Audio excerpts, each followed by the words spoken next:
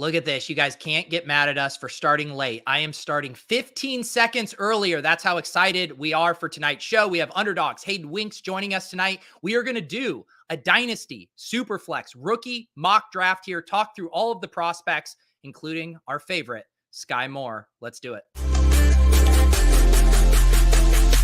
Pat Fryer Helmo. This is why I'm hot. Anita Handjob. Fix your sight. Jamar. Alpha play chase. Are you kidding me? Kadarius Toney? You can't handle the heat. It looks like we're finally this boys. You're right.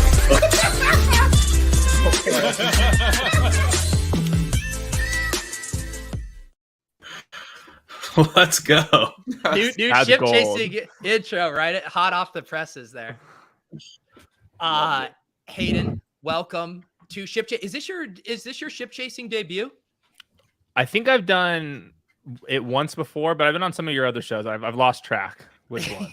Yes, I keep track. Yeah, maybe on one of our draft marathon streams. But regardless, it is great to have you. As Bradley points out here in the chat, you've been crushing it over with all of the prospect stuff on the Underdog channel. Thought we had to get you in the hopper here to talk it through with us. So yeah, it sounded like pre-show you're a little exhausted with at least the prospect research portion of things.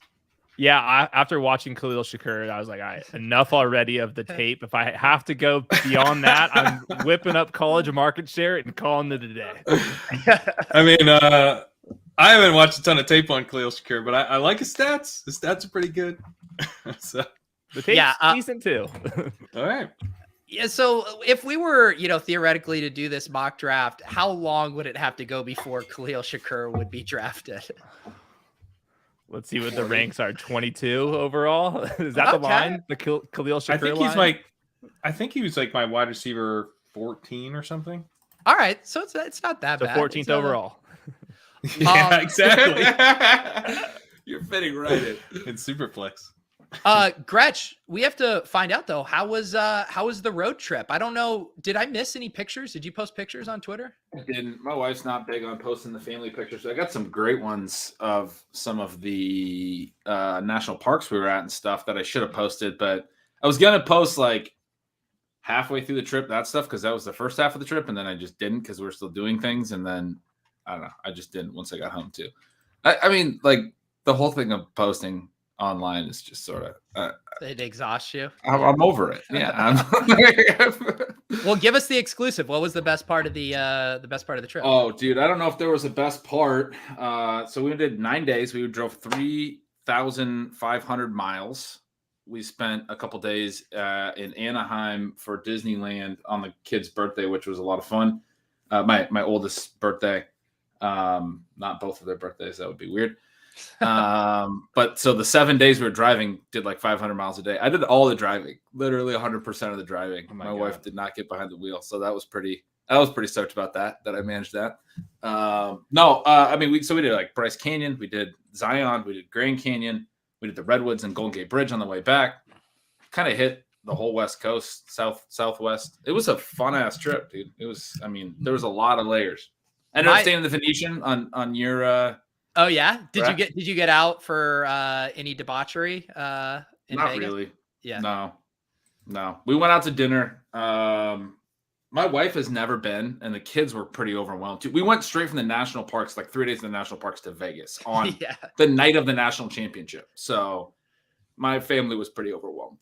Yeah. So it was kind of low key night in Vegas, but it was. Did fun. you say?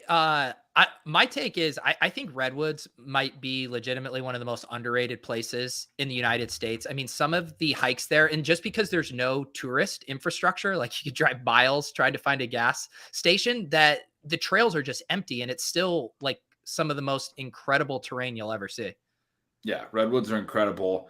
I mean, being from the Northwest, that's the one part for the family, like they weren't as stoked about, I would say, because like trees and everything is very familiar up here for all the kind of hikes we do at parks and stuff. But especially compared to like Zion, Bryce, Grand Canyon, all that stuff, that's terrain that we don't see stuff like that up here. But I loved the Redwoods. I was like, they were walking fast on the trails, and I was like, hey man, let's like look at these giant ass trees. Like these are really cool. Yeah.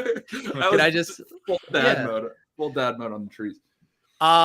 Casey commenting about Hayden and I, he says, great, we have pink lights now. I just want the record to show I have upgraded my light setup. I'm not quite on Hayden's level yet, but I did do the pink just for the ship chasing. I have my new ship chasing lighting specifically for this show. Hayden, do you have a full on remote control for yours? Yeah, we got the full setup. I paid a good $26 on Amazon for all of this stuff. Yeah. I'm so happy because I just today ripped up the ones I had that I was manually turning on and turning off after every show. I was like, I have to get a fucking Bluetooth automated system or I'm going to go crazy. So you could just change that during the show, Hayden? Yeah, not the big blue ones. I'm still a poor and I do have to do the manual, but the little strip light, I got the little setup at least. Nice. Yeah. I don't know. There's a lot of preloaded ones in here. This is the Chinatown vibe apparently, but I'm going to have to work on that. We're going to just stick with the pink for tonight. Pat, what's new with you? Well, Not you guys the are talking internet about your game. lights, and I can't even get my camera to show me in real time. I mean, lights, like you talk about, I got real problems over here. I'm a man of the people, just drinking my beer, trying to get my camera to work. What is the deal? I mean, there have to be people in Brooklyn that have good internet. Why does this elude you so much? It's actually, so I actually felt a little bit better about it in a way where recently found out that the entire building's internet is a disaster.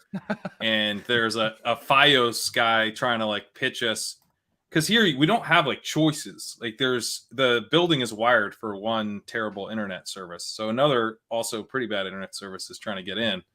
And that would be an improvement. We would all switch and maybe I'm having a good run here. Look, you can actually see me in real time. It's nice. But yeah, it's rough. I don't know what to do except move eventually. Yeah, Sam says, how much do we have to increase the VIP feed? Yeah, it's now going to be $10,000 a month, and we're going to have fiber optic cables installed in Pat's building.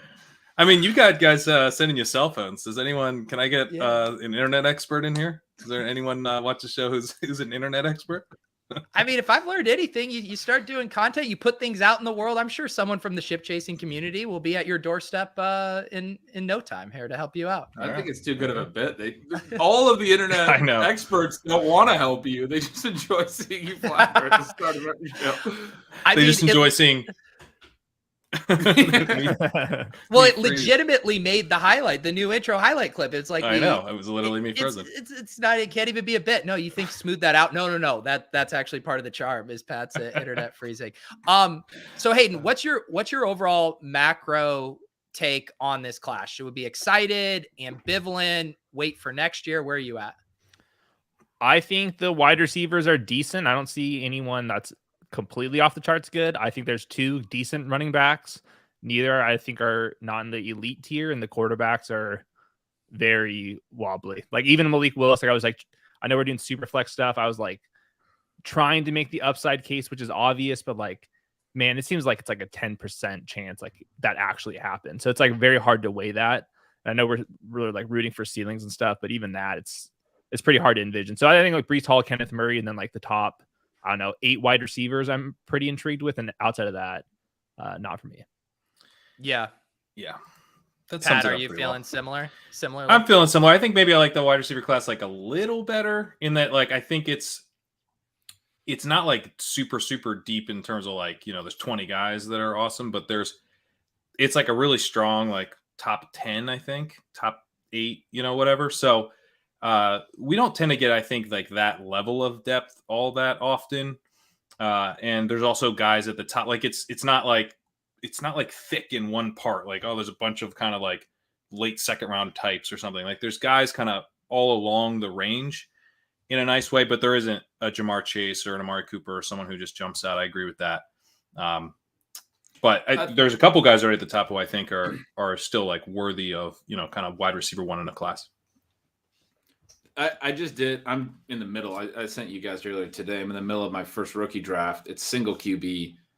And Pat, obviously, we've talked a bunch on the show. There's some of the receivers that I thought were really interesting, have some injury concerns. It starts with Jameson Williams, who's obviously still going to be a really high profile guy, but Pickens, and then get later into the class, you have like Justyn Ross and John Mechie and those guys. I thought that those guys would maybe be interesting values, but like to piggyback on what both you guys were saying about the class as a whole, I was really interested in this rookie draft about, number one, how thin the running back class is shows up in the rookie draft. It's so thin. Like nobody wanted to take a rookie. It looked like a ship chasing draft. I mean, nobody wanted to take a running back. It looked like a ship chasing. It's just pissing yellow all through the start of the second round, especially. And so like Justyn Ross went like 205. Like I thought in a normal class, a guy like him with where his like draft capital is projected to be would maybe be like a 210 or a 212 type, like late second. He goes pretty high up. John Mechie went 206. Like by 206, 207, 208, it was like, I don't even want to make any more picks. Like there's not a lot of guys left that are that interesting compared to other classes, over the last 5 years or whatever. One thing I'll say about the class, like this is not a very good defense, but I do think with the running back class, like these guys are going to get drafted. I don't think the NFL thinks that it's like such a bad running back class that they're just like going to draft way less running backs than usual. So you are going to see some of these running backs land in good situations. They're going to bubble up the way they always do. And after about, I think, running back 5, you can literally pick anyone you want. Whoever you like the best, that can be your guy. And so like, and I think it's very flat. It's worth taking stabs. I would say I kind of like Tyler Allgeier there. That's okay. Like my guy. Who's running back 3? By the way, for the record. I think you guys actually do all of these because I'm going to need this information for later. I think the top of the class is like not strong past Walker and Breece Hall. I have it the other way, Hall and then Walker, but it's not like completely. Like I have White 3, I have Spiller 4, I have Allgeier 5. I think those guys are like if you had, I don't know, Brian Robinson 3, I would think that's like a little weird. But if you have him 6, like sure, even if you have him 5, I'm not gonna like. I just think like, and to that point, we're probably gonna end up looking back and being like, oh, that was the year this guy came out and he had like a pretty decent run, or like there's probably 4 of those guys in this class. We just don't know who they are, so it's not fun to pick. Wait, I just got the Trey Sermon 101 thing. You're saying he would be the 101 in this class? He would be my RB3 again. No, even with what yeah. Well, he destroyed my closing line value league off the. He was not getting any hype. Then I thought I was a genius, and we saw how that went. To me, like the running back class in my model, I have my RB3 is a 71st percentile prospect, and then my RB10 is a 57th percentile prospect. So there's like a gap of like 7 players that are like right next to each other, and they are not even near Kenneth Walker or Breece Hall. So like, Brian Robinson's like the RB 9, but he's not far off of Isaiah Spiller, Zamir White, or James Cook, Rachaad White. They're all the same people. So it's like really a get your guy because they all look the same pre-draft at least. And to what you guys were saying about how even if we collectively might not be as excited about this running back class, the NFL still remains incredibly excited. I saw this tweet the other day. Why is Washington scheduling top 30 visits with Breece Hall, Kenneth Walker? I mean, like one of the last teams that you would think would be needing to spend, draft capital on this position, but these organizations can't help themselves. But see, Davis Price didn't make my running back ranks. I went to like 12 or whatever. He didn't make it, but like he could have. There's no reason that like I had to rank like, Tyler Badie or whatever instead of him. Like, so I do think that, there's going to be, so it's almost a good year to have like 4th and 5th round picks is I guess what I'm saying. Cause there's going to be shuffling around of these ranks in a pretty big way post draft. Yeah. You just said some guys are going to bubble up, and hearing you guys both talk about this, like even RB3 or RB5 to RB10, 12 range, landing spot and draft capital are going to determine it the way that we rank this after the draft, right? Like 100%. Like a lot. Yeah. Yeah. Yep. Why don't we jump into it? Hayden, I will let you pick your draft slot. Do you guys want to do 3rd round reversal? No. Do you want the 101 or do you want the wrap? The 1-4 and the 2-1? I'll take the wrap. Let's go to the wrap. Okay. I do not want to make this 101 pick at all. So okay. Anything but that. All right, so we're gonna put Hayden at the wrap. Gretch, fresh off of vacation, I'll let you pick next. I'll take the 101. Right. I'll go Breece Hall. That's fine. This is why I'm hot. This is why, Pat, you get to choose. What do you want, 2 or 3? 102. I don't want to make this decision. 102 is what I already had to do in my draft. I didn't really love it. I was trying to trade back. All right, Gretch. Is this Superflex tight end premium? Is that how we're doing this? I think so. I mean, might as well get the quarterbacks in there because let's get them in. I actually am, one of the things that I feel like happens every year in Superflex drafts specifically is there's this juicy range from about like 110 to 24, 25 that just seems like a very similar tier to a lot of the guys going like 1-4 through 1-9. And the more you guys talk about this quarterback class, about the depth at the running back class, I'm starting to worry, where is that tier break this year? And it could be at like what? 2, it's a little earlier. 2? Yeah, it's a little earlier than usual. So Gretch, who's the 101? Is this an easy pick for you? I think it's Breece Hall. I mean, obviously in Superflex it can be a QB, but I don't know. I think it's Hall. I like the receivers a ton too, but the part of it is like Sean made a really good point on our pod that we recorded yesterday as well, where like if you have multiple picks, especially if you have multiple picks in the first round, but if you're picking like 101, you probably got the 201 as well. You can hit a receiver at 201. There's not a running back that you're going to hit at 201. So for your actual like haul for your team in your rookie draft, I think there's an argument to be a little bit heavier on Hall and maybe even Walker, but kind of depends on what you have to play with in terms of draft capital. But Hall's a good prospect for sure, right? You guys would know better than me. Yeah, and that philosophy will sometimes get you in a little bit of trouble, like Bishop Sankey in the 2014 draft, who I did select in some drafts, which is just absolutely soul crushing in retrospect. But I think it's different because I think Hall is a really good prospect. So you're not sacrificing pretty big opportunity costs at wide receiver for a guy who's you're still getting a really solid prospect in Hall. Yeah, Hayden, you said you didn't want that choice. It sounds like it's pretty close for you up top. Yeah, I was thinking about going Garrett Wilson 101. Breece Hall is popping in the models. He's 96th percentile in my model. I don't really see that level of talent. He wasn't a big yards after contact guy. He's more just like a home run threat. And I didn't think that there was anything like too special, but outside of like his numbers are amazing. So I have like a comp to DeAndre Swift, which is like pretty solid, but I don't think that he's like Ezekiel Elliott or anything above that coming out of school. I feel like he's going to be closer to like Antonio Gibson, DeAndre Swift type of talent, which is in this class, you'd have to take that. But I was leaning towards maybe one of the receivers, even though like the positional value is kind of unique. If he snuck into the back end of the first round, would that maybe change your outlook at all on him? Yeah, I think I have him currently projected. My model has projected draft capital, and that's already at 40th overall. So I don't think it would make that much of a difference. And he's already like 96th percentile. Okay. So we're going to be in like the high to middle 90s, which is rock solid. But I didn't see like he's maybe like more closer to like Javonte Williams, who was like a fine, perfectly solid prospect. But I didn't think like this is like the next whoever you want to pick. Yeah. Yeah, I think he's probably pretty similar to Williams as a prospect in terms of grade.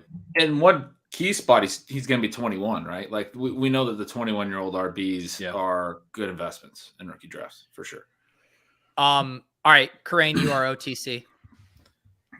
I mean, give me Malik Willis here. Like, this is a super flex draft. What are we doing? Malik Willis. I think like depending on the what league, are we doing? Like he fell. He fell to 2. Is that just an attack on me?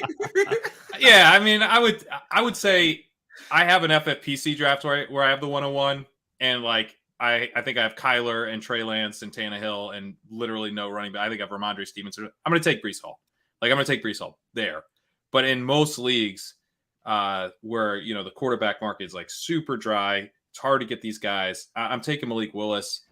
I think I was looking at Hayden had some really good tweets about EPA per play. Willis has like a million red flags. I agree. Like he could totally suck. I wrote my write-up that he could be a backup by a second contract. Like it's pretty ridiculously low floor. Really selling your 102. Yeah. Can I reframe the question? What are we doing here? Yeah. The thing is, he's gonna get at least 3 years of job security, and the bar that he has to hit as a passer is so much lower than every other quarterback in this class because he does have that rushing ability. You guys you and Josh were talking about it like more like a Jalen Hurts level rushing ability, not Lamar Jackson. which I agree with, but I think that's still pretty still intriguing. Yeah, that's still really good. And in terms of the EPA per play stuff, like we're not like as much as that's helpful. Matthew Stafford led the league last year, including the playoffs. Mahomes was second, Rodgers was third, Allen was fifth, Herbert sixth. Like you want guys who are really good in EPA per play. They're going to be stars. They're going to be, the best quarterbacks in the league. But you also have like Jimmy Garoppolo was ninth. Colt McCoy finished eighth, minimum 100 plays. Jameson Winston was fourth. Like it's not like a guarantee that you're going to get a really good starter with, high efficiency. Teddy Bridgewater was 11th. Go down to these like rushing quarterbacks. Lamar Jackson was 20th. Jalen Hurts was 21st. Trey Lance was 25th. Like what he needs to do as a rookie, not just to like get on the field, but to actually be like a fantasy star right away. It's not that high of a bar. And if he does that, he's going to be like the 108 in startups the next year. So to me, like he's probably, unless the landing spot really sucks, like if it's the Lions, like that's a problem because he's probably not playing all year. It's a Trey Lance situation. But like a year if from it's now, we're gonna have if Malik it's the Willis Lions backing up Jared Goff for a year. Yeah. If it's the Lions, he went probably 2 overall, or he went top 10. Maybe they trade down a spot or something. But he went really, really high. So we're going to feel great about his long-term job security. So I don't know. To me, like I'd rather have him than Justin Fields at this point, like because I want to reset the value. I want to make sure I'm insulated from a guy potentially losing his job. So just with the upside, and like you get to trade him a year from now if you want to trade him a year from now, and you're going to be able to do so very easily. Yeah, it's interesting looking at, some of the mock drafts right now and see how the pendulum has like swung in favor of the spray and pray on wide receivers versus spray and pray on quarterback thing, where it seems like you're still taking the approach of like, hey, when these guys hit, they represent such an outsized advantage to your Superflex team. In the same way, the NFL should probably be saying when these guys hit, having a rookie quarterback on that contract is such a massive advantage. But you look at the projected draft capital, it's like the NFL is so out on these QBs in general that they're not even willing to take these swings. But do you think, like Hayden, where do you think his floor is in terms of NFL draft position? Like, could he get past the Steelers at 20? Yeah, I think he can get to like 40th overall. Yeah, I mean Daniel Jeremiah didn't have him in his first round mock draft. I would say his window is like 8th overall to probably like 32nd overall. That Lions pick somewhere that's kind of where I'm leaning. I would say he has like the same odds of falling out of the first round as going second overall. Yeah, but I don't think he'll go second overall. Yeah, I think he's like going to be around like, I don't know, 12 or something. Yes, Fritzy boy, this is a slow draft. Everyone has 8 hours per pick, and it does pause overnight from 12 to 8 a.m. Eastern. But I won't delay anything. I will say I'd be pretty nervous if he goes 32. Sorry to step on your pick.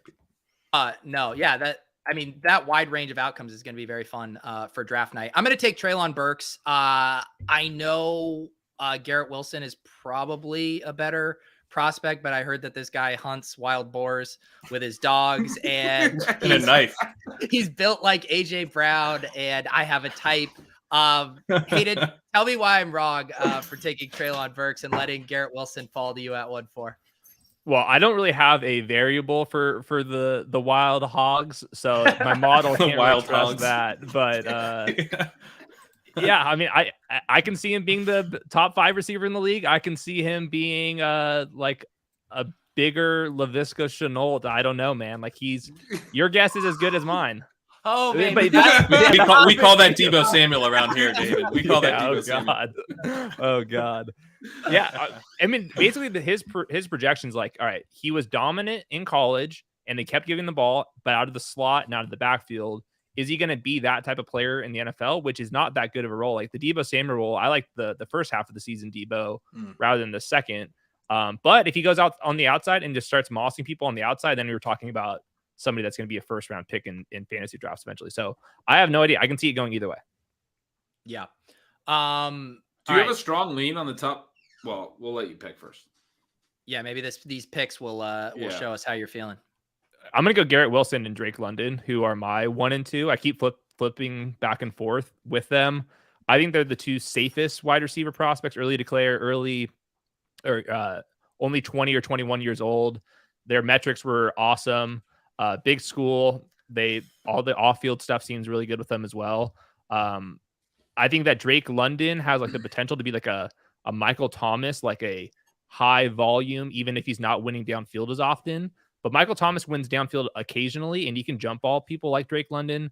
And I think Garrett Wilson, it might take some time because he's kind of a chaotic player, but like the athleticism's off the charts, and he was dominant early on at Ohio State. So I think both of them are going to go before like pick on 18th in this draft, and any wide receiver that gets drafted that high is going to be looking pretty good. You kind of answered this question, but I was going to ask, of these three receivers, like how clustered do you think it is, or how close do you have Burks to those two? Because you said you flip-flop those two a lot. Yeah, so I have a late round 1 or early round 2 grade on Treylon Burks. I'm a little bit lower than other people, and I have like mid-round grades on these two. They're all 90th percentile prospects in my model.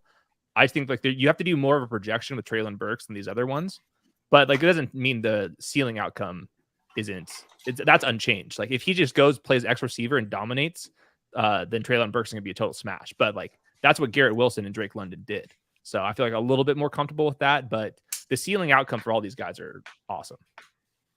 Pat, how do you have those three ranked? I have it Burks, Wilson, London.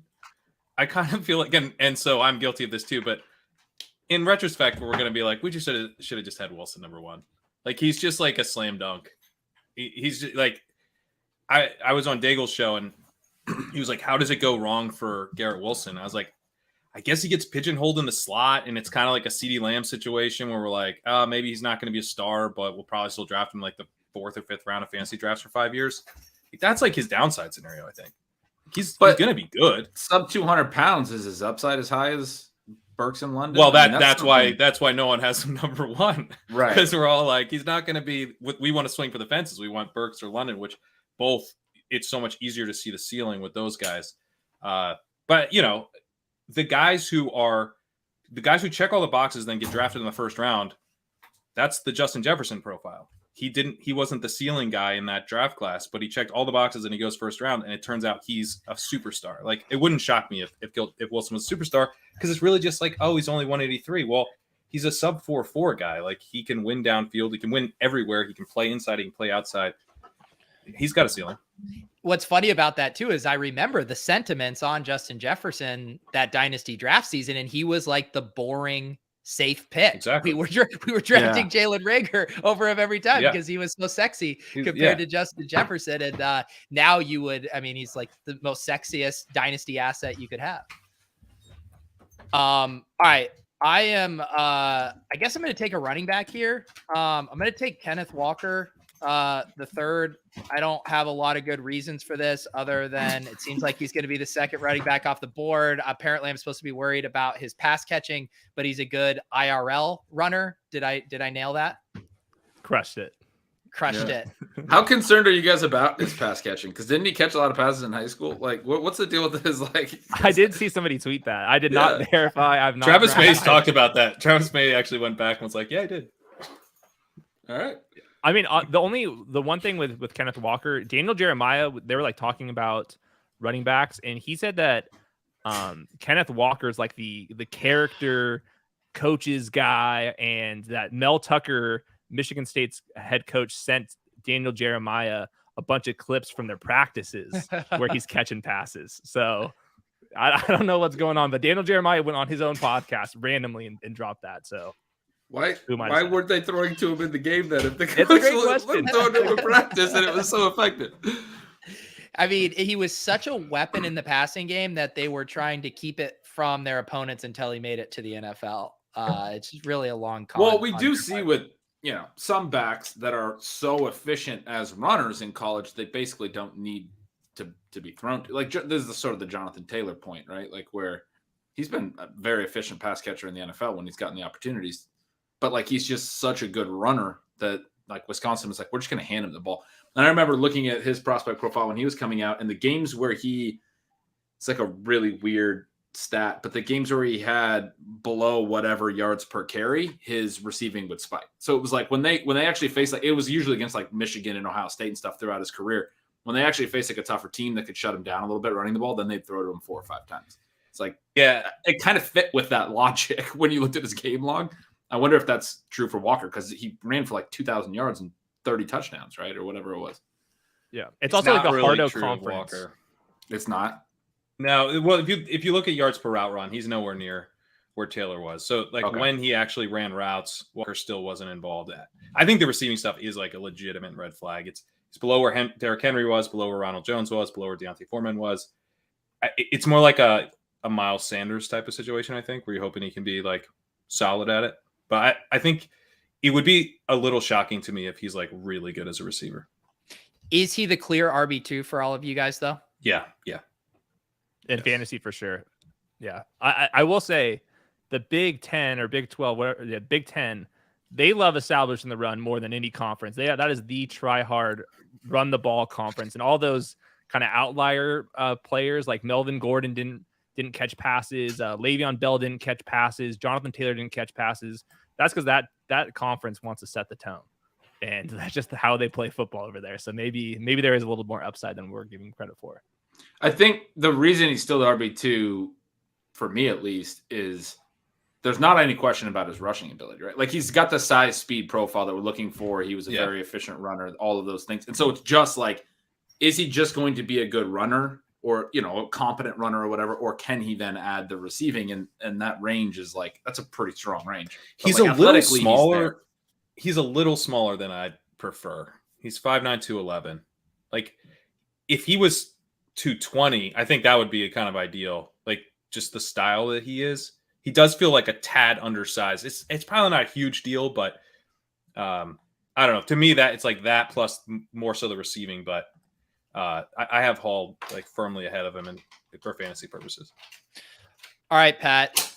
Did we all forget that this was a super flex draft, or are you going to go with a different position here? So this is tough because like I don't really like any of these other quarterbacks. But you want to set the tone? I kind of just want to set the tone and take the rest of the quarterbacks, but I kind of feel gross about doing it without draft position. Like, but if Kenny Pickett, and I'm not into Pickett, and I love what you guys are saying, Hayden, about him being like more of a Tannehill type. He's not like he's not going to dissect an offense, but like he's kind of billed as like this safe guy. But it's like, well, if he's not going to dissect an offense, maybe he's not that safe, So I'm a little bit worried about him. Like, I don't want to be taking Pickett here, and then he's actually the guy who slides, and Corral goes where we think Pickett's going to go. So I'm going to take Jameson Williams, who if he hadn't torn his ACL, would be right up there with the top wide receivers. Really strong wide receiver prospect. He's only 179 pounds, so that's a little bit of a concern. But like, he's also recovering from an ACL tear, so maybe he'd be a bit more close to like 185 if that wasn't the case. Incredible in yards per route run, 3.12 yards per route run last year. Way better than his teammates. John Mechie is going to probably be like a round 3 pick with a torn ACL, probably been a round 2 pick without. So the fact that he's out producing Mechie, I think, is pretty impressive. Obviously got buried when he was out at Ohio State, but if you're going to give someone a pass for that, it's a wide receiver on this Ohio State team, which also has Jackson Smith and Jigba in addition to the 2 guys this year. So the other thing I like about him is he's just like so obviously got a role at the NFL level. He's going to be outside deep threat, career 14.8, ADOT, 79% of his yards came on 10 plus targets. There's like no doubt about how you're going to use him. He's going to be very good at that. And then maybe he grows into a little bit of a bigger role. He's probably more like a Will Fuller or like a Brandon Cooks, where he's like primarily a downfield guy, but maybe over time he gets more of that intermediate usage and he's like a fantasy wide receiver 1. This is where me picking 101 wasn't brilliant, and I realized that after I picked it. But I think Williams is the obvious pick there, and in my opinion, it gets a little sketchy here. I'm going to take Chris Olave with the first pick here because I think because he's a 4-year guy and doesn't have the early declare, but was productive early enough in his career. I think he's essentially a half tier down from these guys, but still a half tier up from everyone else, if that makes sense. And then I'm going to take not the quarterback that I think you should take, but the quarterback that I want to take, which is Desmond Ridder. Ooh. Because I'm hearing that. I mean, there was a tweet today that a bunch of like almost all the teams have him as have a first round grade on him. I mean, he's a first round quarterback with his skill set, with the rushing skill set that he has, with a 4.56 40. I also think I don't know. I have a thing for the guys that QB wins is not a stat, but the guys that actually performed at the college level in terms of being able to stick at the NFL level, like actually being. The fact that he led Cincinnati to the college football playoff sort of matters to me a little bit. I mean, this was sort of why I was on Justin Fields a little bit last year. It goes back to Deshaun Watson, where he got knocked a bunch as a prospect, even though he was like super good in college, just because of like ball velocity. Like we start talking about all these, more traditional quarterback metrics. And it's like, I mean, this dude led Cincinnati to the college football playoff. That at least matters a little to me. He didn't perform well in the big game against Alabama, like the toughest competition he had to face. But he was, obviously good enough throughout the year to do the things that when like Pat was talking about job security and stuff, maybe like Russell Wilson's another example, although I don't know how big of a winner he was in college. I can't really recall, but just this idea of like, if he's not going to be a top 10 pick, maybe he has some of those intangibles or whatever that can get him on the field quicker and allow him to keep the job, because he's going to do the right things. He's not going to turn the ball over. He's going to make intelligent decisions in the pocket and things like that. Again, QB wins is not a stat, but the fact that he was successful in college does matter in that regard, at least to me a little bit. As I guess the way I want to put this QB wins thing is, I don't want to knock a QB for not winning necessarily, because it might not be on them, but I do kind of want to give him a little boost for this. He seems to be the buzziest of all these quarterbacks. Like, he's actually a riser, it seems like. Hayden, what is your draft range on him of like the earliest to the latest he could go? Like 20th to 60th. I don't know. I'm guessing still round 2, but he has been getting a lot of hype. So I'm waiting for like a Daniel Jeremiah or Dane Brugler tweet about it, but we'll see. Desmond Ridder, he does everything right, but he doesn't have like the physical traits, like the arm strength, accuracy, but like, he can run the ball. And he's the best decision maker in the class. And that's like a pretty good, at least starting point. I'm just not sure if he's got like a good enough arm and all that stuff. So I can see it the other way. I bet he's probably going to be like sounded like the Deshaun Watson, why Deshaun Watson went from 101 to like 12th, right? That's what I was trying to say in a lot less words. I think that's like a sort of a positive. Like he's getting knocked for maybe not having that elite trait, but we're potting about that's this. The process. Josh is definitely not even a Ridder guy. I'm not waiting for a Josh tweet about this. This is ridiculous. I assumed this was supposed to be a safe space for Hayden to come get away from Norris, fire out some takes without him. And you can't escape this guy, Hayden. It's tough. It's tough. Pat, you are OTC. You do have 8 hours though. I don't need to do any talking for this one, Pete. Play the highlight reel. Oh boy, he's doing it. Skyy Moore, 2 Ys. It's the fucking sickest name I've ever seen for a wide receiver in my goddamn life. Sky's up. Oh, let's go.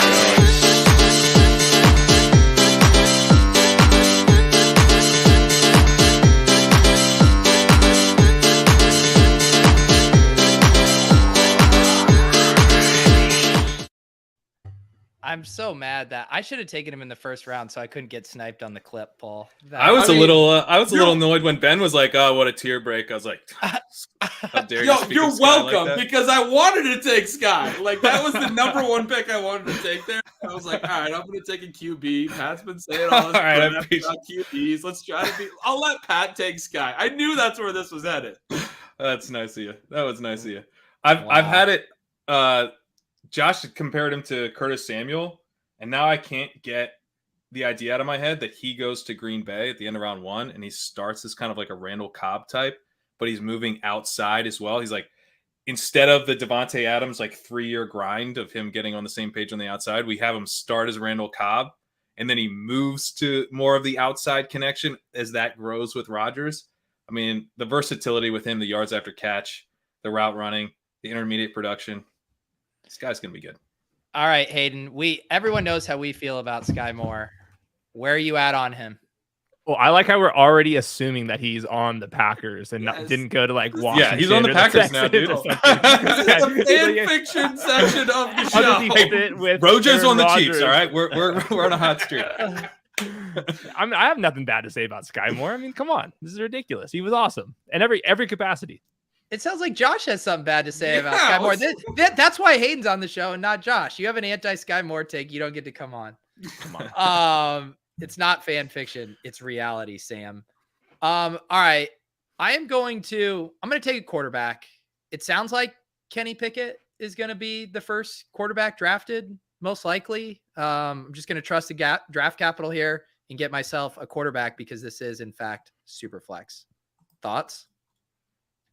Seems fine. Not the Whoa, QB. all caps. Not the QB you would take? I mean, that's my thoughts, but I don't have any strong opinions about it at all. I don't feel strongly about that. So honest question though, Gretch, like if Kenny Pickett goes top 10 and say Desmond Ridder goes in the second round, do you still flip them or do you hold on to that? Well, I mean, I was going to say for now, the quarterback I would take is probably Corral because he still brings a little bit of mobility. Correct me if I'm wrong. These two guys. Pickett does too, though. Does Pickett bring some? Yeah. I mean, he fake slid that one time. That was really cool. Yeah, I've seen him highlights 75 times. That was so cool. But he's like Pickett is the classic like 1 year late career guy, right? Wasn't he a 5th year senior this year and had one huge season? Is that correct? He was like he didn't even redshirt though. He took the extra year because of COVID. But still, he was 23 and then played 5 college seasons. Yeah. Yeah. Oh, he played in the COVID year. He played. Yeah, he played 4 seasons. Then he was like, I'm going to do one more. And now he's a top 10 pick. So what you're telling me is I'm getting a souped up Chris Winkie is what I just. That's exactly right. Or Joe Burrow. Okay, yeah. There's a lot of other like Trubisky was like that, right? Like final year, 4 years out of college is when he was finally good, or out of high school is when he's finally good, right? Is he the right one I'm thinking of? Trubisky was like a very small sample of him even playing, but yeah. I like the fact that, that's what I'm concerned about him. And then the hand size, guys. I mean, we got to talk about his hands. They're tiny. They're pretty small. Yeah. Freakish like circus folk. Wow. I mean, now that's a blurb right there. Someone just watched Nightmare Alley, I think. Brandon Whedon with smaller hands. I love it. All right, Hayden, your OTC. Did I let some gifts fall into your lap? Yeah, I mean, I got to go for sure with George Pickens, the alpha of this group. He could be Terrace Marshall. He could be someone that's a true X receiver. He's kind of that. I think he's a better prospect than Terrace Marshall was because we had like that early dominance.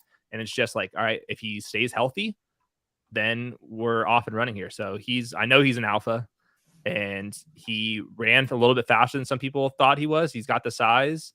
And if he hits, he really hits. So I think it's a boom bust pick, but I think there's a kind of a teardrop. After, am I building this team as if this is my team or where am I going here? Because I want to go Jahan Dotson here. Yes, how many wide receiver spots? We're going Dotson. Piss yellow, man. No roster requirements in this league. Okay, I forgot. It's like 8 wide receivers, 1 running back. Yes, give me Jahan Dotson as well. This is guys, we're getting shown up on our own show. What's going on here, Hayden? Hayden, you know you have to start other positions, right? Yeah, exactly. But Dotson, love the receivers. Love the receivers. The Dotson thing is like he might go round 1. He might be the guy that I'm already envisioning is on the Packers. Yeah, exactly. Yeah, Jahan Dotson is like draft capital, and that's the most predictive thing. I know the other metrics aren't perfect, but if he goes round 1 or top 40, like that's all you need. There you go. And yeah, so you think top of round 2 is well within the range of outcomes for him? I would say he's more likely to go round 1 than round 2 at this point. Yeah, he could definitely go round 1. Wow. I mean, it's this basically is 50-50 though. If we get what is that? What's the over under right now in wide receivers in round 1? Is it like 5.5? Yeah, 5.5 juice on the over, I think. Wow. Man, if we get 6, that'll be a very fun Thursday night. I think we might. I mean, I've there's had other this guys take too. for a couple years that just like the way that the NFL is going. We had a draft a few years ago where more cornerbacks were taken than ever before. Obviously, like we're seeing more 3 and 4 wide personnel, and teams know they need to be 3 and 4 receivers deep. The receiver contracts are blowing up. I would take the over on that bet. Same. Oh, all right. What am I going to do here? I'm going to take a guy that I've taken in underdog drafts because he's a name I recognize, but know nothing about. But I'm going to take Isaiah Spiller here. I love the logic. You'll love him. You're going to love him. Tell me about him. Tell me about Isaiah Spiller, Hayden. Well, he's bombed the combine, so you're gonna love that. You're faster than he is. It's step one. He Does might he not have- be a pick anymore. Does he have You're gonna Circus love- Parker-esque hands or something? He's a beta play.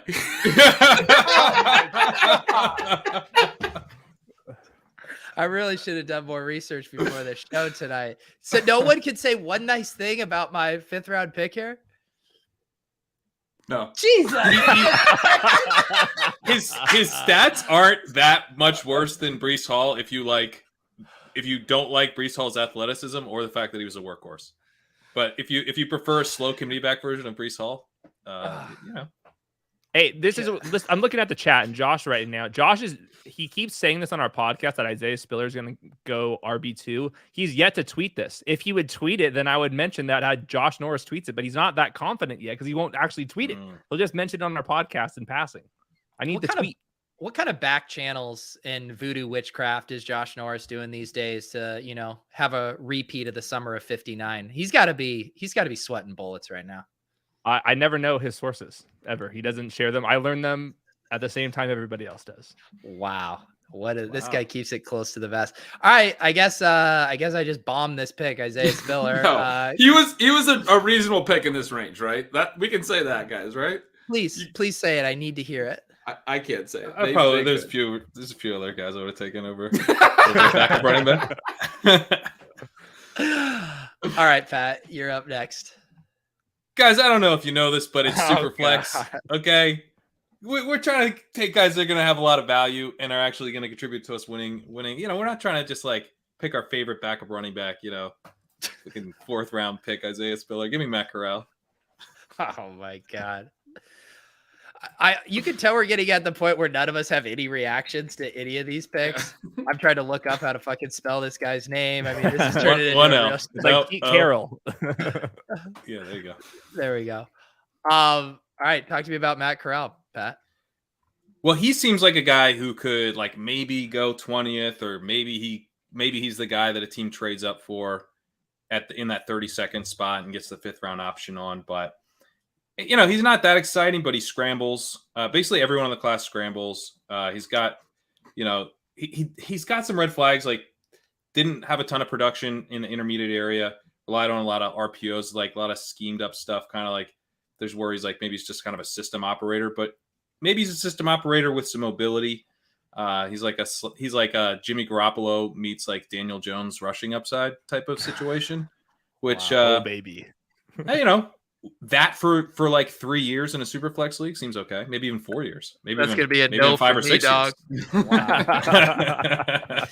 I will say, if we're doing one good thing tonight, I mean, often the draft community gets made fun of for having way too lofty comps for all these players. The next Tyreek Hill. I mean, we've swung in the other direction. We're if we're lucky, this guy's a poor man, Daniel Jones, and I'm happy to draft that in the 5th round of this mock draft. I guess the big mega comp to me would be maybe more a Russell Wilson type. Is that insane, Hayden? Where are you on that? I would go athletic Tua. Tua does athletic Tua, the exact offense. Tua is way more accurate than Matt Corral is, but Corral is way better of an athlete, natural quickness and all that stuff. Matt Corral's got. So it's really just how much do you think he was a system quarterback? How translatable is that? And I think the film grinder bros take that a little bit too serious, and they think it doesn't translate at all. Where I don't know, I feel like he did it in the SEC. I feel like he's got at least a chance to do it. So I think, and isn't this kind of the Herbert stuff a little bit, where you're I don't like what he was doing? Yeah, the Herbert thing was he wasn't aggressive enough, and I guess that's kind of the same thing with Matt Corral because just throw a freaking slant, but. I don't know. He was trucking people and running by people, so he's kind of an interesting player. Hayden, would you have taken Corral over Kenny Pickett? I had it Pickett, then Willis, then Corral, then Ridder, but they're all the I think Pickett's probably my QB1. Maybe not in fantasy because it's Malik Willis. Hayden hates upside. Yeah, I hate upside. I don't know. Kenny Pickett was the one that is like, let me pull up his actual numbers. It's like 94th percentile EPA, 83rd percentile rushing EPA. Like, yeah, when he was 50.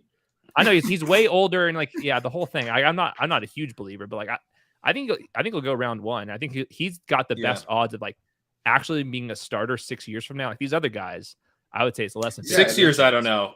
I think 6 years you need someone to hit a ceiling because none of these guys are all that 6 good. years like, is going to be his final season. He's going to need to retire. This dude's 40. Yeah. This is true. All right, Gretch, you are on the turn. OTC double tap time. I have a lot of names that I want to pick here. Wow. And I'm going to take David Bell.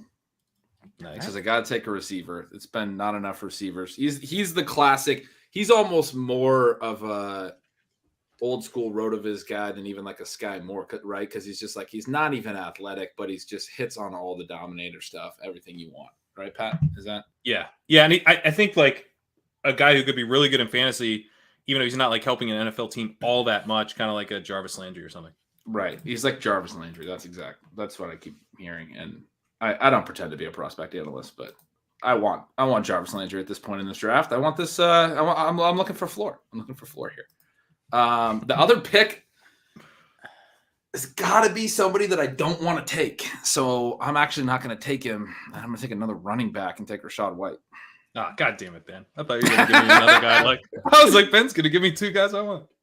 No, Rachaad White the receiving is sweet. I mean, he's got the potential for like a 3-down role, right? Is he big enough? How big is he? He's you big, guys talk about him. He's right. He's got size and receiving. Okay. 214. Yeah. I compared him to Pito like this. He's got maybe like a slight downside comp would be like a Buck Allen. But I think he'll probably have like a Kenyon Drake type of career path, most likely, where like he flashes some, he never kind of puts it together, but then like maybe we get a run in there where it's really good. But he also looks like a fair amount like Alvin Kamara. So did Kenny Gainwell. So like don't want to get carried away with that, but there is serious upside with that. I mean, profile. and ran well, right? Pretty athletic for his size. So you could also say like the Antonio Gibson of this class, right? If he lands in the right spot, if he gets draft capital, or Would you say that, Hayden? Daniel Jeremiah and Dana Brugler haven't tweeted about him. That's not a bit. He hasn't. I think like Dane Brugler, like in the Beast, gave him like a round 5 grade. That's what I keep coming back to. It's like everything else is there, and then like, so I initially had him like as my RB3, and then I was like, well, I already know he's going to go in the 5th round, so like I've got to like pick somebody that's actually going to have some draft capital. But if he does go round 3, it's like it's time to buy. Then we get excited. Okay, Hayden, of these guys, and I guess we can just toss the quarterbacks out, but which of these do you think are the most undervalued right now in underdog drafts? Because I feel like a lot of the wide receiver top end guys have gotten pretty pricey, but do you think there's still some meat on the bone for them? Yeah, I think it would be like Jameson Williams. It goes a little bit late, even though he's going to miss like the first month of the season or be part-time player, but I think he's going to get drafted very high. And he goes like a couple rounds after Chris Olave, and I think that he's just like a better version of Chris Olave. So I would say him. Rachaad White got steamed pretty high. I think like some of the running backs that we're coming up to, like sometimes they don't get drafted and like they're all the same bets, and one of them will go 100th overall, and that will be the guy that you at least want some exposure to. So I think it's like this next tier running backs is kind of that spot. People are getting like overconfident in which ones they take. You mean Josh says Rotopad is faster than David Bell, which wow. I think I may have just taken 2 guys that are going to go on day 3. But I think if they get draft capital, just you see, I'm going to be the winner of this mock draft. So Pat, Hayden, where are you at on Bell? Do you think he's a round 3 pick still? I think so. I think he still is. Yeah, the film grinders love that dude still. All right, good, nice. And Pat, were you going to take Rachaad White if Ben didn't? Yeah, 100%. Or I would have taken David Bell. Those would have been my 2 picks. So yes. I like those. I feel like I haven't had one pick where you guys are like, damn, Pete, you sniped me. All your research is going to waste, Pete. All those hours of research. Treylon Burks, I would have loved to have Treylon Burks. I have a few tricks up my sleeve for the rest of this draft. Let me tell you. Pat, you're up next. I'll take Christian Watson. God damn it. That's wasn't the pick I didn't want to take. Yeah, I that made sense. Yeah. Hayden already talked about it. Like, when a guy's going to go in round 1, like, we should probably pay attention. He might go in round 1. He's probably going to go round 2. But that's about as late as it'll get. And he's super athletic. He, wasn't that efficient even with Trey Lance in the FCS, which seems like might be a problem. It's a problem for someone. It might be a problem for Lance. It might be a problem for Watson. It might be a problem here's a stat I like. In 2019, North Dakota State supported 3 wide receivers with 2.45 yards per route run or better on 100 plus routes. Christian Watson had 2.86. That's pretty good. Phoenix Sproles 2.45 and Jimmy Kapuros led the team at 2.92. Feel like maybe you should outproduce Jimmy Kapuros, that seems like a pretty low bar. Phoenix Sproles is definitely a Madden created name. That's a fake play. We were in the simulation. That is Darren Sproles' last name and just Phoenix, a city. They just threw it together. It's totally creative players were out efficiencying this guy, which is definitely an issue. But hey, he can win deep. He's decently big. He's really fast. He's really athletic, and the NFL seems to like him. And I mean, just like I've seen that too with him squeaking in to round 1. I mean, you just got him as the 10th wide receiver, and we're still talking about a guy who could end up in round 1. I mean, this is a pretty fun wide receiver class. Yeah, I think it is. All right, it's time to pull the trick out of my sleeve. What's the upside for Watson? It's like, can he be Claypool? Just as an athletic big dude? I have it more as I think he could be like Marvin Jones. Okay.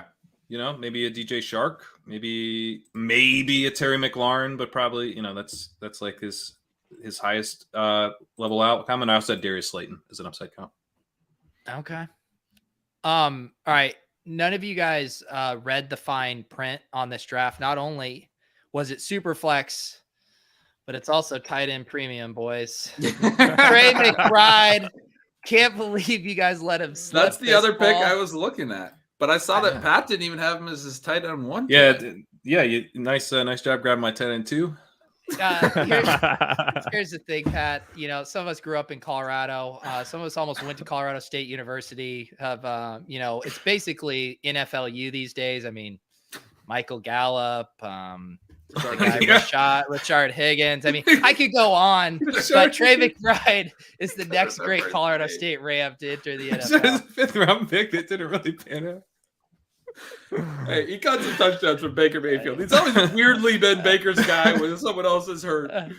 That's true. He's had a pretty amazing career for a 5th round pick. You got to give him that. John, this is, every site kind of has their own color schema. I have my own color schema for the ship chasing Google sheet mock draft. Yeah, dude. What about purple, man? You got to make the tight end purple. Come on. We'll leave that to the FFPC. I mean, we're sticking with the green here. I ain't going back and changing this shit.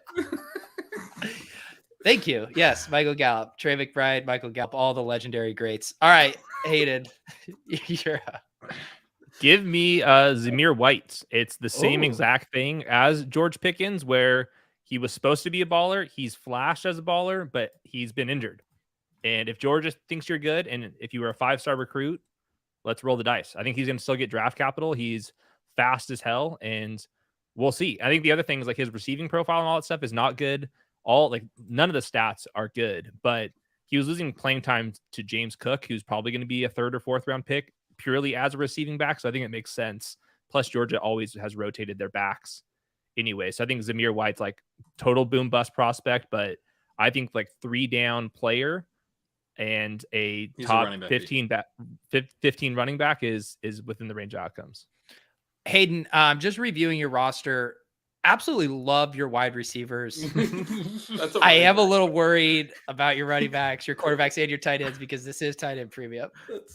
Do we think that Pete knows this what as a wide position? receiver? Does Pete know what position Zamir White is? His receiving profile's not very good, especially since he's playing wide receiver now. All right. I'm having a rough show. Hayden, what's your It's next just pick? the zero RB philosophy here. He's executing it perfectly. Hayden, what do you think the gap is between White and Cook in terms of their draft position? Toss up, man. I think probably both Toss up. Okay. 80th overall, something like that. Interesting. I think tomorrow, Dane Brugler, shout out Dane Brugler, he's going to tweet out his 7-round mock draft, and we'll know exactly where all these guys are supposed to go. So tomorrow. Can you alert us when that tweet? Yeah. I'll make sure to I'll retweet it. Let us know when Rachaad White is mentioned. That'll be the You first guys- tweet. Scared, man. You guys you and Josh should set up an Underdog text service that alerts people when there's a Dane Brugler tweet. All right, you're next. One more. I hope I know the position. I'm going to try to describe this player as vague as I can. We're going to go James Cook, who he was playing outside and winning on double moves and can catch the ball pretty fluently out in space. I think he's probably going to go the third round. We already mentioned you had to go with a different running back if you wanted to go. I know, but I didn't like the other ones. Yeah. I guarantee if you had said Pierre Strong, you wouldn't have known. No, trust me. Oh, no, I've drafted all these dust balls at the end of the Underdog drafts. I mean, I promise. All right. Hayden has finally started drafting some running backs. Anything else on James Cook? I've drafted all the Georgia guys, so hopefully that's good. Yeah, why not? I hear they won the national title, so seems good. Shit. I'm back up. Here's the thing, though, Pat. Yep. I don't know if you heard. There's actually, I like these two tight ends very similarly. Jalen W.Y. You're going to love his athletic profile. M-Y-E-R. Pull up the RAS. This is right called. now. This is called bully tight end strategy. This is unbelievable. Pull up his RAS right now. Go to Math Bomb. I'm pulling up Dane Brugler's the beast on this. He What does has the him at beast say? he has him at like tight end 17. I thought this was your tight end too. No. Who is it? He Isaiah He Likely? straight up has him at tight end. Let me see. Dulcich He has or what? whatever. Tight end 19. He has him at tight end 19. Who is your tight end too? This is another guy who bombed the combine. 5'01" dude. He might not get drafted. It's not about speed. This guy is built to come in and block from day one. He does the little chip block and then releases. Just trust the process. The next Will Dissly. I mean, you guys all acted like this guy is undraftable. Why did you draft him? He literally might be undrafted. The thing is tight end premium, you've got to take as many shots on these guys as possible because the upside and the rewards of hitting on elite tight end are just so incredible. And tight ends are notoriously hard to evaluate by the NFL. And so I think you guys, just writing off Jalen Wintermeyer this early into his career is just bad process. I mean, you probably could have got him in like 7 rounds, but I have his vert at 25.5. 25.5. So I am literally faster and can jump higher than the guy I just drafted. That can't be good. the rookie draft I'm in is in the middle of the 4th round, and it is tight end premium. It's not super flex, so there has not been as many QBs gone. He has not been drafted yet. We're in the 4th round of this tight end premium single QB. Hey, get your guys. Come on, get your guys. This is a year to get your guys. This is a year to get your guys. I'm going to go watch some Jalen tape after this. Pull up the highlight reel after this. I'll if we tell have you enough guys time. Well, it's hard for Karain to have a second favorite tight end in the class when I just took the top 2, but go ahead, you're up. Yeah, I feel like I need to kind of set the record straight here. I'm going to take my tight end 1, who's still on the board after Pete doubles up at tight end. I didn't even think there was a third tight end in this class. I'm going to take Greg Dulcich. He's like a move tight end, kind of in the Mike Gesicki type of vein, but he is shown much better receiving skills in college than Gesicki did. He's less athletic, but he's sufficiently athletic to where I think those receiving skills can shine through.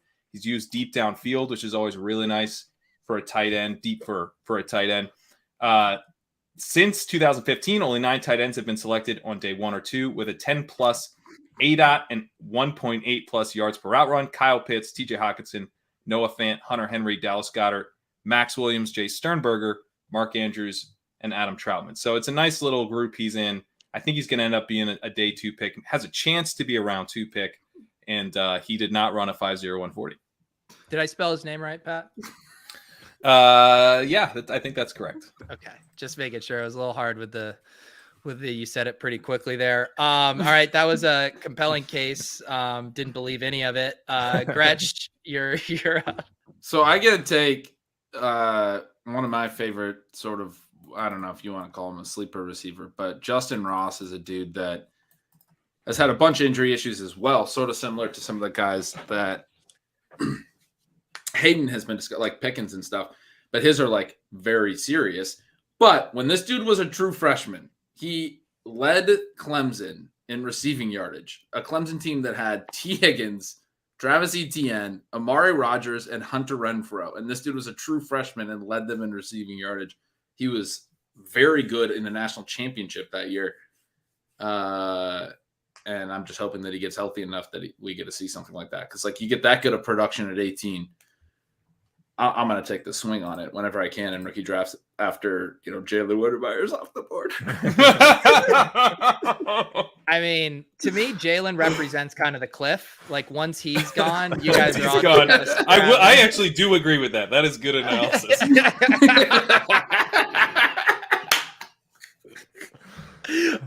Just don't be in a draft with me because he's getting steamed, boys. All right, who's your other pick, Gretch? I'm gonna take. It is tight end premium, by the way. I don't know if you've checked the scoring settings, and it is kind of worried about your tight ends right now. When the tight end 12's off the board already, you can't really. Tight end 19. I'm gonna. I don't think this is the right receiver to take, but it's the one I want to take. So I'm gonna take Jalen Tolbert. He's kind of fun. That was my next receiver. Okay. I was thinking Mechie would be ahead of him. But I struggled with that for like the longest time. I flip-flopped them nonstop, but okay. I did end up with Tolbert ahead. Tolbert's a 4-year guy, right? Small school, all that stuff, but really productive. Yeah, 5-year guy. And yeah, so he's even older, but very productive. So in a deep throw. All right, Pat, you just got sniped on Wydermeier and Tolbert. Who are you taking? So I don't know if you guys know this, but it is super flex. I'm going to go ahead and take Sam Howell. God damn. Who probably shouldn't last this long. No, he shouldn't have. Yeah, I was going to scoop that value up, but I had to get Jalen. Undrafted. God. It's tough. I mean, we're sharpening our swords tonight. We've entered the battlefield and we're all going to be so much more prepared for our drafts. It's true. I feel better. Howell was a better pick than Tolbert, at least. Okay. Sure. Yeah, I was like actually a little nervous you might snipe me on Howell. Yeah, this was fun if I get Howell. I was thinking of him after my last picks. I was like, if he comes back, I'm going to have to take him. And Hayden, where are you at on Howell in terms of his draft position? Because it seems like it's just gone like completely silent on him. Yeah, I have no idea. It sounds like he can go to like round 3. I mean, has anyone said a single positive thing about him right now? Like that's kind of he was like on the radar, and then it's like I haven't heard anyone kind of back him. I don't know. I haven't watched him. Relax, Bonefish. Someone just tuned in. I'm disgusted by my draft right now. I took one wide receiver and then I was on mega tilt after getting sniped on Christian Watson, and things have gone downhill, but it's time to get it back on track. Let's get back to my piss boy ways. John Mechie, a name I've heard at least 3 or 4 times. What school did he go to? Good. Alabama. Wide receiver U is what they call it. Mari Cooper, Devonta Smith, loads of them. Anyone else? Loads of them. Jameson Williams, one of the greats to come out of Alabama. Eddie Lacy, Mark Ingram. Shout Alexander. Yeah, I mean, it's like, how long do you guys want me to go? I'm like a fucking Alabama encyclopedia over here. Josh Jacobs. All right. Hayden, it is your turn. Another Alabama guy. I'll go Brian Robinson. Wow. Another one of the greats. One of the greats. I mean, I don't think he need anything special, but if he can fall forward a couple times in a bye week and maybe catch a couple passes in garbage time, I'll be happy for it. Is that a junior? Do I normally see a junior tacked on there? We have a junior here. Okay. Wow. We do have the junior. Peter's dropped into Alabama. He wasn't kidding. And hey, who is going to be, or do we want to wave the white flag and end it through 8 rounds? Or can you guys? I think we want to keep going and see who you. Let's keep going, man. I'm enjoying this. Or do we want to wave the white flag? Should we wave the white flag? All right, I'm going to go with the guy that we were thinking about waving the white flag with, and I'm going to go Khalil Shakir. After watching him, I have to pick him. I think he's going to get drafted top, might be like 100th overall, somewhere in that range. Maybe start in the slot. And the dude lived in Hawaii and Japan and stuff, and I'm just in. I think he's cool. That's badass. He's cool. Wow. So many good names left, right? How about this? So I've heard this. Someone actually said this name in the chat earlier tonight, and this is good enough reason for me. Alec Pierce. Yeah, I'm in. Fine. Thank you. Yeah, it's a really good pick there. What do you like about him? I love that you were like Alex with somebody.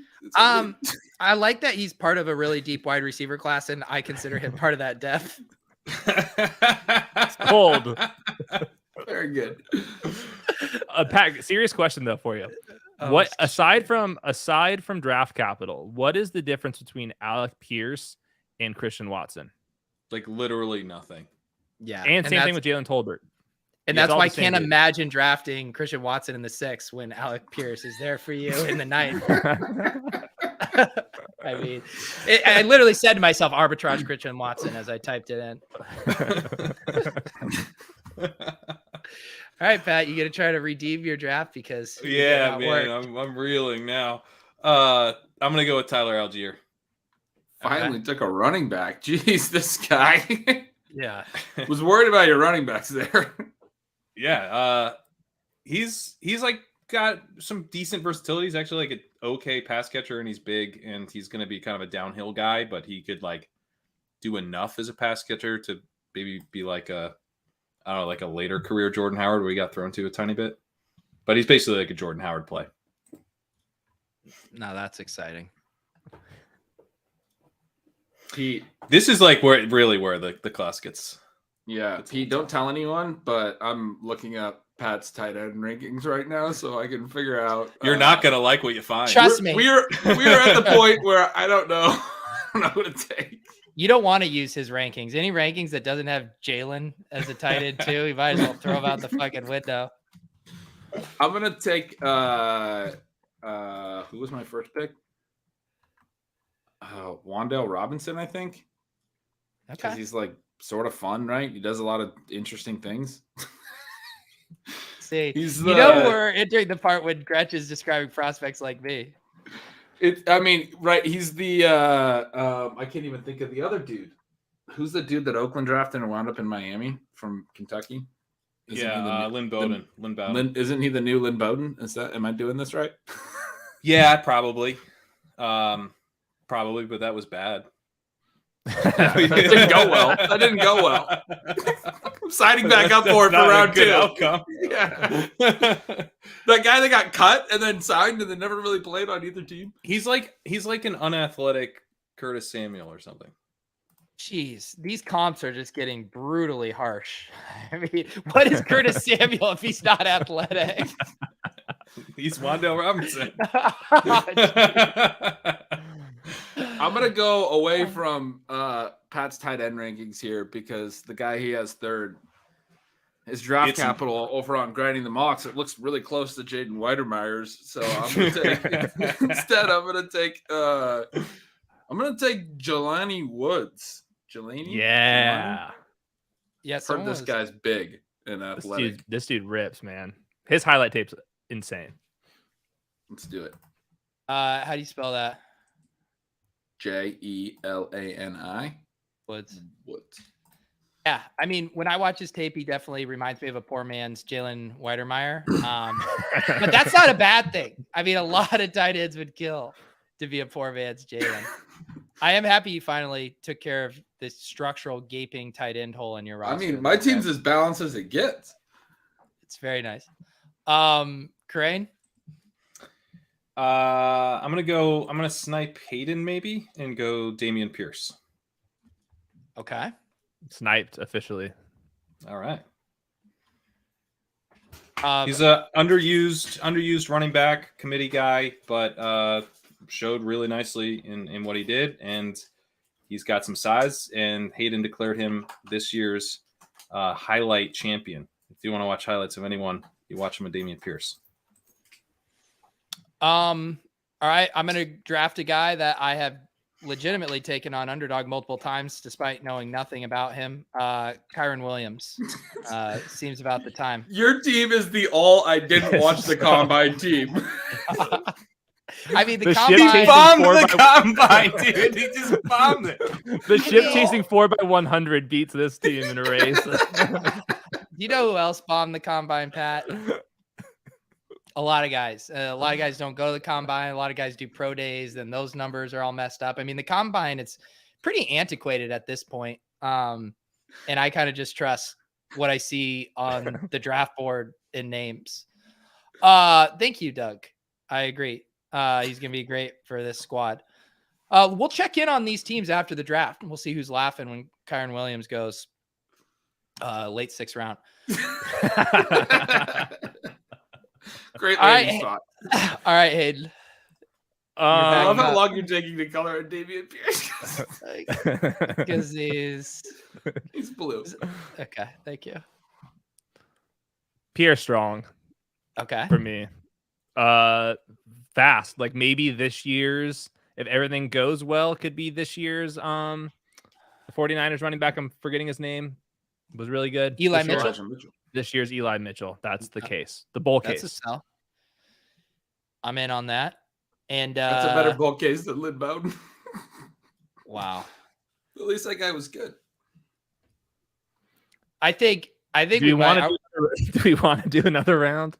I think we're okay. Let's run it back.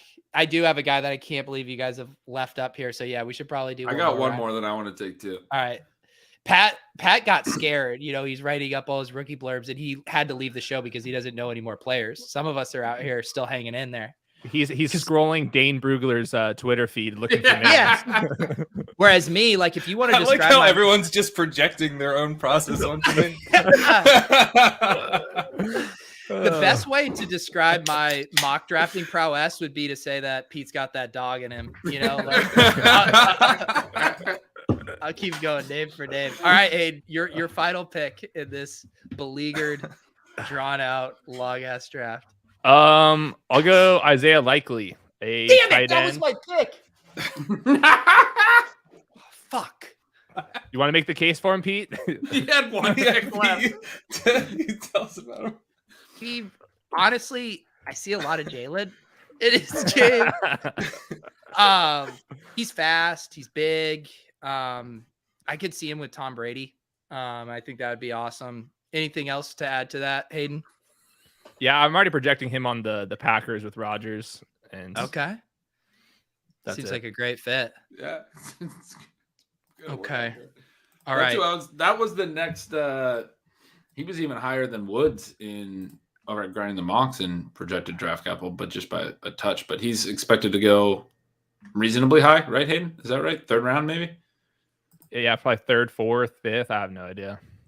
Yeah. All right. So The tight end class is like sneakily worse than the running back class. It's just like after the top 2 guys, it's just like, just tell me where they get drafted. I don't want to have to rank them. Well, let me build a case for a guy that might be a little under the radar. So This guy profiles in some ways like a satellite back. He shares a lot of similarities with Hines and Demetric Felton, but poor scores and aloofness and breakaway ability make it harder to view him. This is my pick. Instead, he profiles more like a smaller Mike Davis or a bigger Phillip Lindsay. He probably won't be dynamic enough to carve out a dedicated receiving role like Tariq Cohen or Hines. Telling me about my pick from earlier today. Asked him what his thoughts were on this guy. But he has a shot as operating as a 1A back with a receiving role, ... if the right situation emerges. I do have a 3rd round prospect grade on him, so that doesn't seem too bad. It is, of course, Tyler Badie. Badie, I believe. I didn't believe it's Badie. Yeah, you nailed it until then. I mean, these guys are just numbers on the field for us. Great pick, though, right, Pat? Yeah, pretty solid. Thank you. Pretty solid. I watched about 5 minutes of highlights of his earlier today. Was blown away. No, but seriously, guy seems like he gets downfield. I like that he's not big, but he runs forward, doesn't dance, if you will. Thank you, Ryan. Brugler knows what's up with the tight ends. 30 in the beast. Just like I'm beast in this draft. You're up, Pat. Last pick. All right, I'll go with Charlie Kohler. Okay, that was my backup pick, you assholes. All right. He's probably going to be like Tyler Higbee or something, and he'll probably take 3 years to turn into anything, just like Higbee did. But hey, once Watermeyer's off the board. How do you spell this guy's name? What position does he play? LAR. He's the other tight end. He's Pat's tight end 3. Yeah, he is my tight end 3. But there's no H. It's a pretty big tier break after McBride. TK it is. Gretch, Mr. Irrelevant. And I don't say that term lightly. I don't even have anyone. Take dubs. You guys literally took my picks with the last few. Jerome Ford is the next running back that seems to be reasonable to consider. I don't know anything about him. I like NA better for you. All right, that works. Hayden, who would you take here? Man, you do a guest pick for Ben. Jerome Ford. Yeah, there it is. There you go. All right, chat. Let us know real quick who won. Bailey Zappi. We can take Bailey Zappi here. Some people think he's a good, we got super flex. Got to get that second QB here in the final round. Wow. Type Gretch if you think Gretch won the mock draft. Karain, Pete, or Hayden. Give a t-shirt away if you say Pete.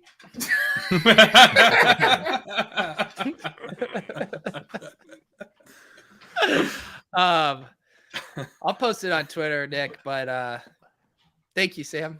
I appreciate that. Thank you, Josh. Hayden, Wademeyer did win this draft. That's actually the right answer. Correct. Thank you, guys. The chat gets it. Hayden, any final takeaways from this exercise? Are you less excited or more excited about this draft class after going through this? Sounded like a great draft. The depth of this draft. It's not about the top. It's about the depth. That's right. All right, let's make this official because it does look like I ran away with this in the chat.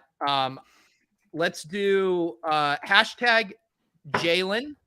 I will use the StreamYard giveaway tool here. And winner will get a gift card to the Ship Chasing store. And Hayden, what else can the people, as these votes come in, hashtag Jalen, what can they be looking forward over on Underdog as we head up to the draft? Well, first thing, rookies and sophomores draft, it's 4-person drafts, just like how this, but with the sophomore class, which is actually good. So those drafts are fun. We have a tournament, it's like 100,000. And those will close right at the draft. And there's not that much content about it. So if you can find some content, you can probably smoke some of these people drafting because niche games, right? It is. Yeah, we've done a few of those on here. A lot of fun. I've gotten distracted with the Superflex drafts, but we're gonna have to circle back to those soon. They are fun, and you have like a real decision to make at the top with the quarterbacks because like you got to wade into the waters of this quarterback class, or you have to pay up for those sophomore quarterbacks. It's pretty interesting. Gretch, you getting back into grind mode after the trip? Feeling refreshed?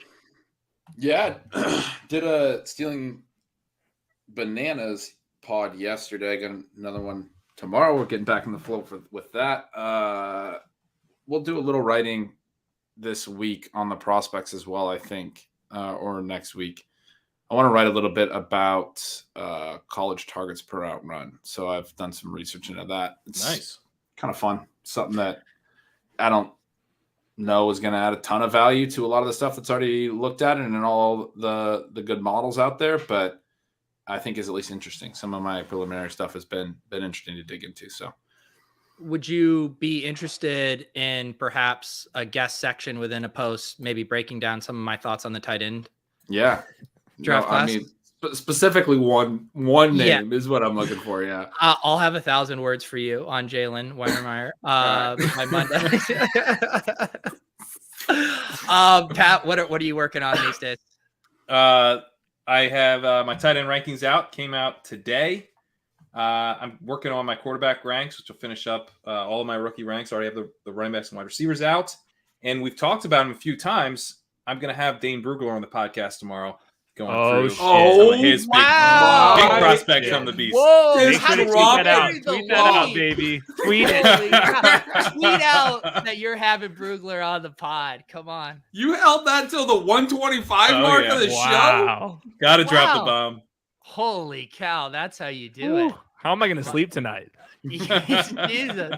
Yeah, Hayden's going to be in your DMs with all these questions. He wants you to pepper. Well, I only got 30 minutes. I got a 30-minute window to ask him. He's a busy dude. So I'm just going to be like, okay, so Skyy Moore, is he really good? Yeah. Ask him about Rachaad White. I need Rachaad White draft. Yeah. I'm going to ask him about Rachaad White for sure. Yeah. There you go. All right. 75 of you watching live and yet only 16 in here. So good odds for the people who entered. The winner of the ship chasing gift card is none other than RW Bonefish, who came in here and told me all of my picks were trash. Told you Weidemeyer was dust. He was the first one who really stuck it to me. All right, Bonefish, message me on Discord or Twitter. Get me your email address and I will get you a gift card. Appreciate all of you guys hanging out. My plug is I spun up a new YouTube channel the other day. I have a USFL video up there. We got the games kicking off this weekend. DraftKings put up a 2-game slate or a 2-day slate with all 4 games. So should be fun. 100K up top. And I did a little USFL preview there from a DFS and betting perspective to get you caught up. So you can search Peter Overzet's Deposit Kingdom on YouTube. I'd appreciate it if you guys subbed over there. Going to be doing some more kind of pre-recorded non-live stuff over there. Appreciate you guys hanging out with us. Big thanks to Hayden Winks for joining us. I will never forget all the Jalen haters. We will see you next week.